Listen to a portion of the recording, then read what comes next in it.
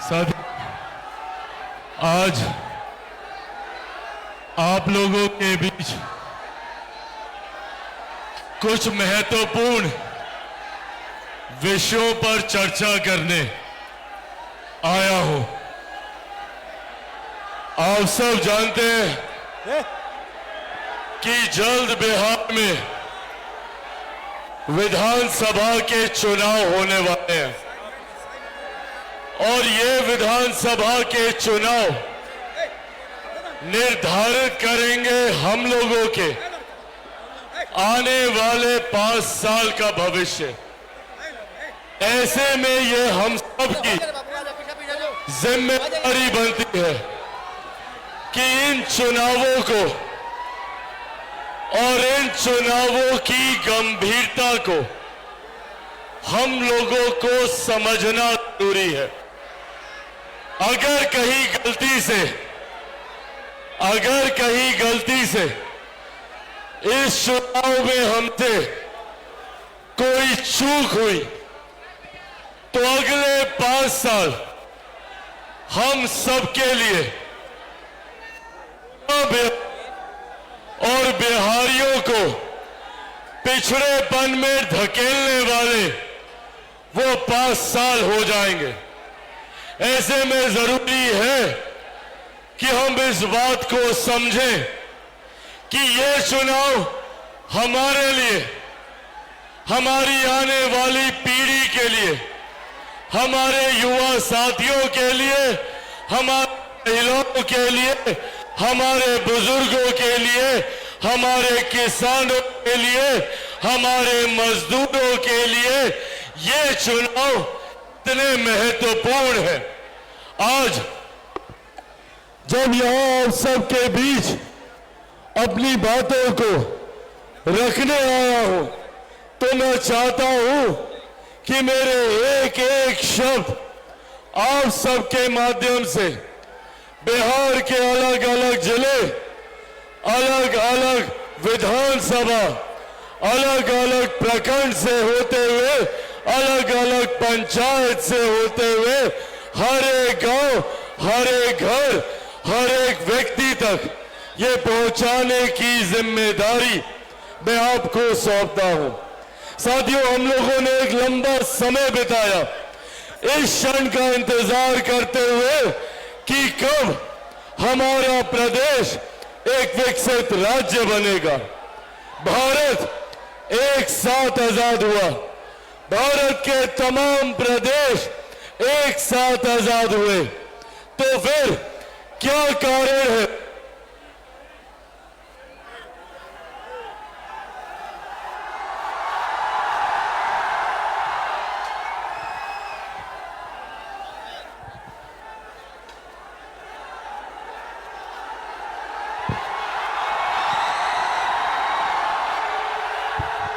Hello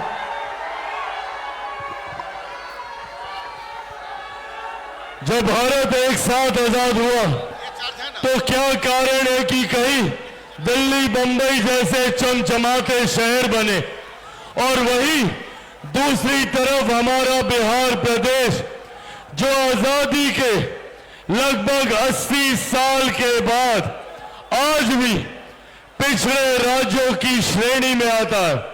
आज भी हमारे बिहारी साथियों को पलायन कर दूसरे राज्य में जाना पड़ता है शिक्षा के लिए, रोजगार के लिए। मैं दिल्ली में रहा हूं, बंबई में मैंने काम किया, पर मैंने आज तक कभी नहीं सुना कि कोई दिल्ली का लड़का बिहार आता हो शिक्षा के लिए, रोजगार के लिए। आप लोगों ने सुना क्या? कभी कोई बंबई का लड़का या लड़की बिहार आया है रोजगार के लिए?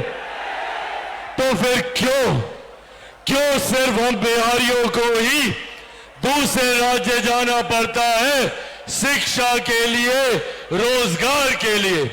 मैं दिल्ली में देखता हूं एम्स के सामने महिलाओं को, बुजुर्गों को 2-2 दिन, 4-4 दिन तक लाइन लगाकर खड़े रहते हैं स्वास्थ्य सेवा के लाभ के लिए। क्यों ये सुविधाएं मेरे प्रदेश में, मेरे बिहार में नहीं बन सकती? क्यों हम एक ऐसे दिन की कल्पना नहीं कर सकते जब दिल्ली से लड़का लड़की बिहार आए शिक्षा के लिए? मैं एक ऐसे दिन की कल्पना करता हूं जब बंबई का लड़का लड़की बिहार आएगा रोजगार के लिए, जब देश दुनिया से लोग बिहार आएंगे स्वास्थ्य सेवा के लाभ के लिए। और यही सोच बिहार फर्स्ट और बिहारी फर्स्ट की है। बिहार फर्स्ट, बिहारी फर्स्ट यही संकल्प के साथ आगे बढ़ा है कि न सिर्फ बिहार के युवाओं को बिहार में ही बेहतर शिक्षा मिले, बल्कि देश दुनिया से छात्र छात्राएं बिहार आए शिक्षा के लिए। बिहार फर्स्ट, बिहारी फर्स्ट कहता है कि न सिर्फ बिहारियों को बिहार में रोजगार के अवसर मिले, बल्कि दूसरे राज्यों से, दूसरे देशों से हमारे युवा साथी बिहार आए रोजगार के लिए। इस सोच के साथ बिहार फर्स्ट, बिहारी फर्स्ट आगे बढ़ रहा है। पर यह जानना हम लोगों को जरूरी है कि क्या कारण है कि आज लगभग आजादी के 80 साल के बाद भी हमारा बिहार विकसित राज्य नहीं बन सका। क्योंकि जब चुनाव आएंगे तो कई राजनीतिक दल, कई राजनेता आप लोगों के बीच आएंगे, विकास की बातें करेंगे, बड़ी बड़ी बातें करेंगे, तो पूछेगा उन लोगों से, पूछेगा कांग्रेस से, राष्ट्रीय जनता दल जैसी पार्टियों से कि भैया एक लंबा समय हम लोगों ने आपको दिया, कांग्रेस जैसी पार्टी को हम लोगों ने दशकों दिए आजादी के बाद बिहार को विकसित राज्य बनाने के लिए। राजद जैसी पार्टी को 90 का पूरा दशक हम लोगों ने दिया एक विकसित राज्य बनाने के लिए। तो क्या कारण है कि इतने वर्षों में भी ये लोग बिहार को विकसित नहीं बना पाए? आज भी देश में ही नहीं दुनिया में बिहार को अगर पिछड़ा कहा जाता है तो लोग 90 का दशक याद करते हैं। मैंने खुद देखा है उन लोगों की आंखों में उस पलायन की पीड़ा को जो 90 के दशक में बिहार छोड़कर गए और फिर पीढ़ियां बीत गई, वो अपने राज्य नहीं आ पाए। आज भी जब हमारे बिहार का कोई युवा लड़का लड़की अगर बाहर जाता है तो उसको इस बात पर शर्म आती है कि जब दूसरे लोग उनको बिहारी कहकर बिहारी शब्द तक को अपमानित करने का काम करते हैं। आज मैं गर्व से, घमंड से, हर मन से कहता हूं कि मैं बिहारी हूं और ये घमंड मैं हर बिहारी की आंखों में देखना चाहता हूं। मैं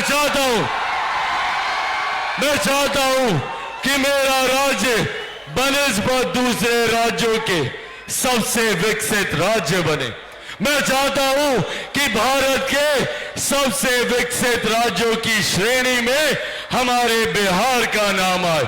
उस सोच के साथ, उस संकल्प के साथ चिराग पासवान आगे बढ़ने का काम करता है। पर जब चिराग पासवान आगे बढ़ता है तो ये विपक्षी दल चिराग पासवान को समाप्त करने के लिए षड्यंत्र रचने का काम करते हैं। सोचते हैं कि चिराग पासवान को षड्यंत्र रचकर समाप्त कर देंगे। क्या क्या षड्यंत्र रचा? पहले इन लोगों ने सोचा कि चिराग पासवान को इसके परिवार से अलग कर दो, चिराग पासवान टूट जाएगा। नहीं टूटा चिराग पासवान।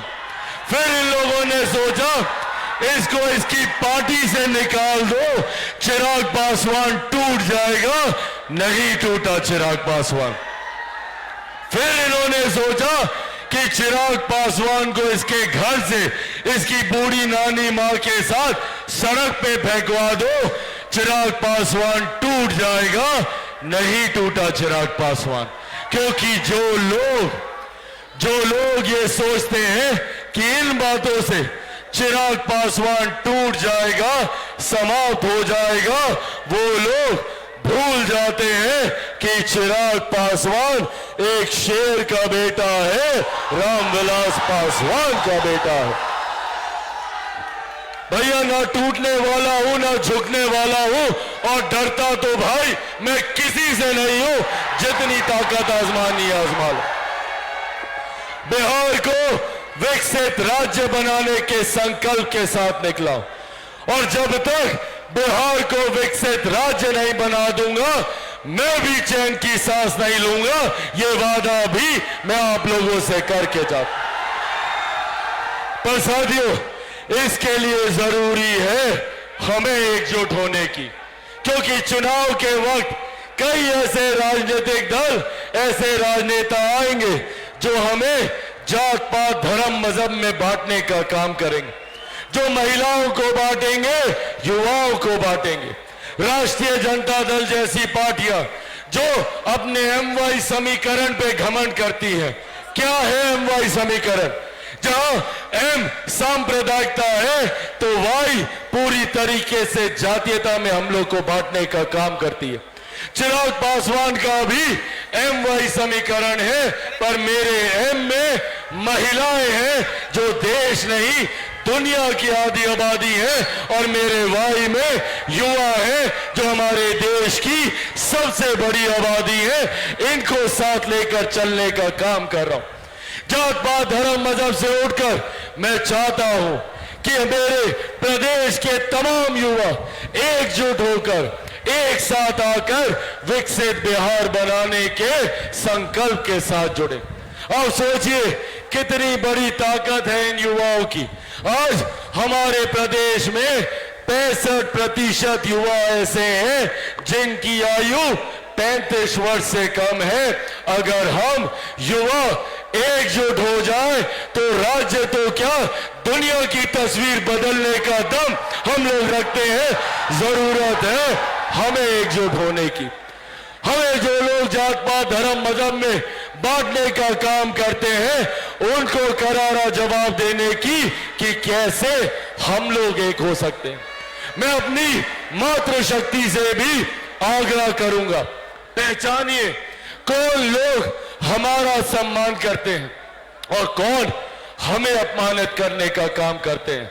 बिहार और बिहारियों की संस्कृति रही है लोगों को इज्जत देने की, मान सम्मान देने की। हम तो अपने छोटों से, अपने बच्चों से हम लोग आप कर कर बात करते हैं। बेटा खाइएगा, बेटा पीजिएगा, ऐसे हम लोग बच्चों से बात करते हैं। ये हम लोग के संस्कार हैं। पर वही दूसरी तरफ कांग्रेस और राजद जैसे दल हैं जो हमारी माताओं बहनों को गाली देने का काम करते हैं, उन्हें अपमानित करने का काम करते हैं। जिस तरीके से इनके मन से मेरे प्रधानमंत्री की पूज्य माता जी को अपमानित करने का, अपशब्द बोलने का, गाली देने का काम किया गया, ठीक उसी तरह लोकसभा चुनाव के दौरान राष्ट्रीय जनता दल के युवा नेता तेजस्वी यादव जी के सामने ऐसे ही एक खुले मंच पे ठीक उनके सामने मेरे परिवार को, मेरी मां को, मेरी बहन को गाली देने का काम किया गया। ये इन लोगों का संस्कार है।